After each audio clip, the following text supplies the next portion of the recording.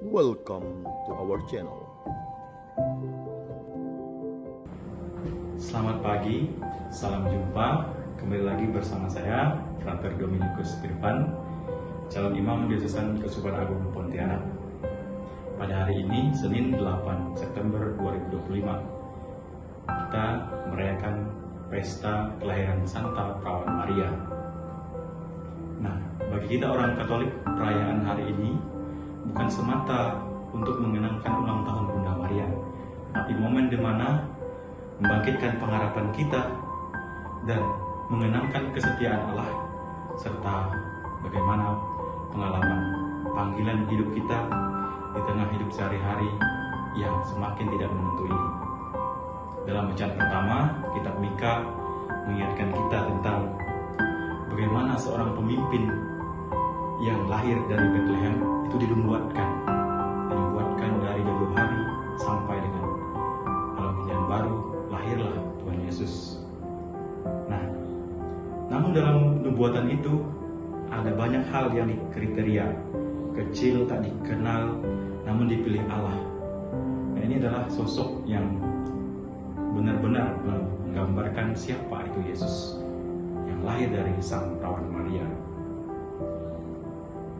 Ini mengingatkan kita bahwa Allah tidak memandang status, jabatan, kedudukan, kekayaan, tetapi hati yang berserah.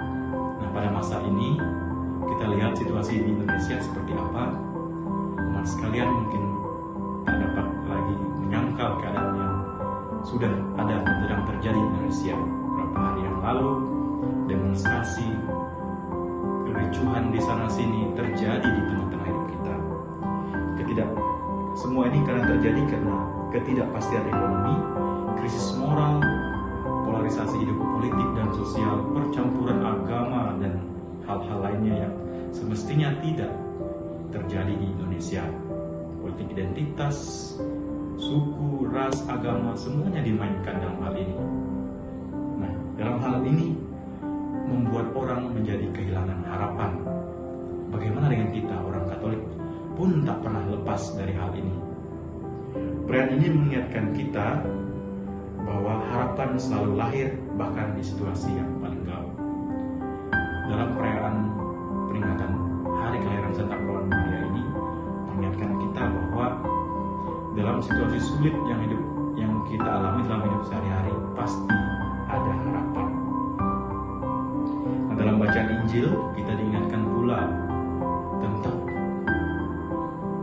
silsilah Tuhan Yesus yang sangat panjang. Mungkin umat bisa membaca sendiri, di mana Tuhan Yesus dikisahkan lahir dari suku ini, lahir dari ayah ini, semuanya begitu detail.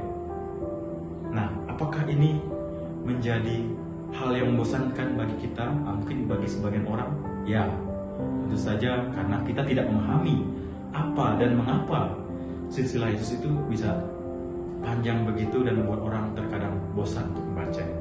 Tapi justru disinilah letak rencana Allah itu hadir. Rencana Allah lahir dalam diri manusia.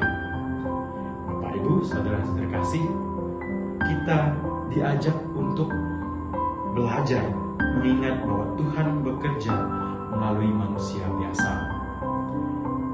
Yesus juga adalah keturunan manusia, sama seperti kita. Ayahnya, ibunya, kakeknya, sampai kakek buyut, dan sampai keturunan keberapa. Jelas pesan yang untuk kita pelajari dan untuk kita renungkan. Setidaknya ada 3 sebagai orang Katolik. Yang pertama-tama, kita semua lahir untuk misi. Sama seperti Bunda Maria yang lahir dan hidup untuk tujuan misi ilahi, kita pun dipanggil untuk tujuan yang sama. Di tengah krisis, di tengah keadaan yang tidak menentu saat ini, mari kita bertanya, apa yang Tuhan mau aku lakukan di saat situasi ini? Yakni untuk menjadi garam dan terang dan harapan di tengah-tengah masyarakat. Poin kedua, kesederhanaan bukan penghalang, melainkan karya besar Allah. Siapapun kita, apapun jabatan kita dengan masyarakat, bahkan orang yang tidak punya jabatan sama sekalipun, dipanggil untuk tujuan yang sama, yakni karya keselamatan. Maria tidak punya posisi sosial, Maria tidak punya jabatan, tetapi ia punya ketaatan. Di tengah dunia yang sering memuja ketaatan, kekayaan, di tengah dunia yang sering memuji kekayaan dan meniadakan ketaatan kepada hukum ilahi, kita dipanggil untuk hidup dalam kesederhanaan dan kepercayaan kepada Tuhan. Pada poin yang ketiga, yakni jangan takut untuk berkata ya pada panggilan Tuhan.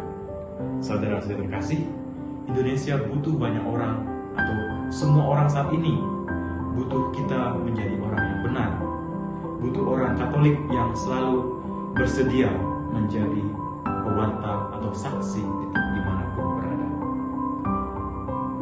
Nah, pada saat ini, saudara-saudara kasih, marilah kita menghidupkan kembali semangat ketaatan, semangat kelahiran baru dalam iman, dan semangat rendah hati. Marilah kita menjadi pribadi seperti Bunda Maria yang senantiasa rendah hati dan taat, serta penuh harapan. Marilah di tengah bangsa yang sedang sulit mencari arah dan tujuan ini, kita sebagai umat Katolik menjadi garam dan terang bagi banyak orang, membawa harapan, memperjuangkan kebenaran, dan hidup dalam kasih. Semoga Tuhan memberkati kita. Santa Maria, doakanlah kami. Amin.